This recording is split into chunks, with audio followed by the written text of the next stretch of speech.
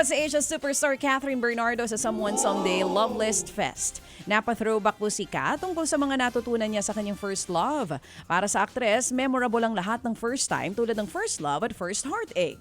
Mukhang makaka-relate po mga kapatid natin sa karakter niyang si Billy na makikilala na soon sa Someone Someday. Mapapanood po yan simula July 24 sa Netflix at wow, July 27 po. Magsisimula na para sa mga walang Netflix pero may TV5 kayo, may Signal TV kayo. Yes. Starting July 27 po yan dito sa Todo Max Primetime ng TV5.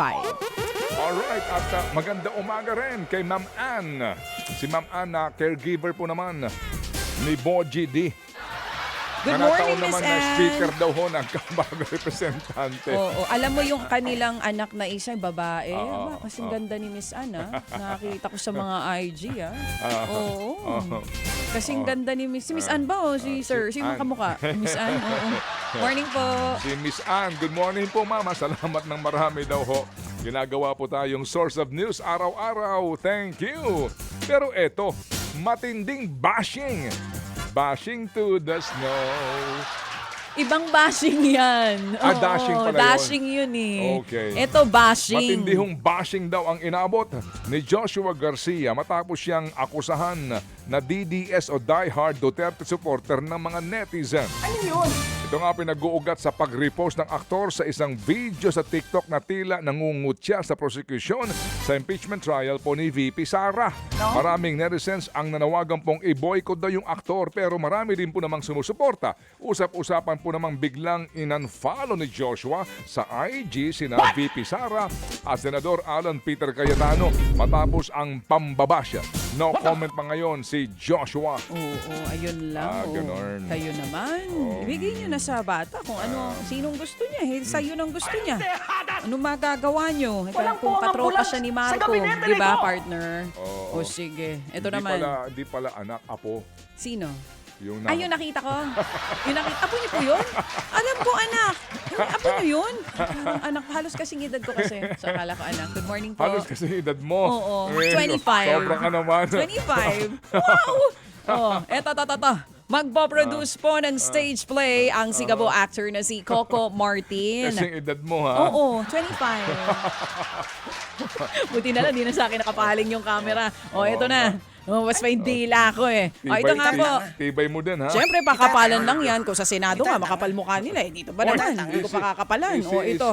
Magpo-produce nga daw po ng stage play ang Sigabo actor na si Coco Martin. Ang kwento, hindi makamove on to. Hindi Nung sinabi kong makamove on kaedad ko eh. Kasi sabi ni Pumayag ka na. Sabi ni Ma'am Ann Oo. Ma'am Ann, di ba? apat na boys ang anak nila eh. Apo pala yun. Apo pala yun. O, kala ko na nakita ko anak ay apat na boys pala to. Kinabahan siya. Kaninong anak yung isa? May babae daw. Mag-aaway pa kayo, no? Eh, sorry po. Oo, apo pala, apo. O, ito na nga po, madam.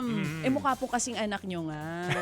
Oo, kasi Tapos kahawig kasing kasing ganda. edad mo, ha? Oo, 25. O, ito.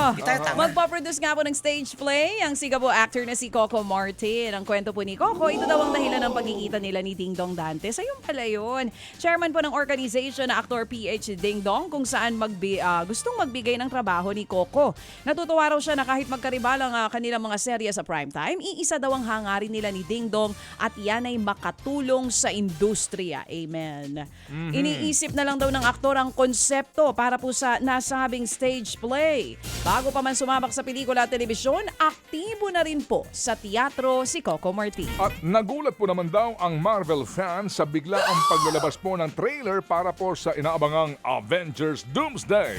Magsasama-sama ang Earth Mightiest Heroes para po harapin ang bagong banta. my At mukhang si gosh. Thor na karakter po ni Chris Hemsworth ang magiging leader nila. Pero bukod po sa mga bagong recruit gaya po ng Thunderbolts at ni Shang-Chi, makaka-team up nila ang mga bagong kasama po sa MCU. Kabilang po ang Fantastic Four at ang X-Men na mula po naman sa ibang universe. Magbabalik po naman sa kanila pong role bilang Professor X at Magneto sina Patrick Stewart at Ian McKellen. May pasilip rin po sa bagong kontrabida na si Dr. Doom. Nagagampanan po naman ni Robert Downey Jr. At sa kauna-unahan po makakataon mula noong 2019, magbabalik po naman si Chris Evans bilang si Captain America. Mapapanood po ang Avengers Doomsday sa mga sinihan on December 18. Kunin nyo dito yung magkapatid. Ladies and gentlemen. Ito Kunin siguro inaantay nila. yung magkapatid. Oo. Avengers, Doomsday, oo. The Bloodbath Edition ba yan? Isama nyo yung magkapatid. Sino magkapatid? Oo, para meron kayong What's the purpose of all that? Okay, sige. Oh, Paalam ito. ka na kasi alas 7 na. Isa na lang to. O Isa sige, na lang? mamaya na. Isa na lang eh. Sayang naman. sige. Attention blinks. Bago tayo magpaalam sa TV5. Mga kapatid, paparating na po ang bagong kanta ni Blackpink, Jennie, na Less Than a Lover. Yan po directed by, written by, at music by Jennie. Siya po talaga lahat ang gumawa nito. Ikaw na yan, Jennie. Sa IG post ng singer-dancer, may pa-teaser photo habang ka-holding hands po ang isang lalaki at may nakalagay na, quote-unquote, "The summer I chose to pause the love story." Bago po yan, nag-trending pa ang IG story ni Jennie kung saan may kasama siyang mysterious guy na tinapala ng heart sticker ang muka.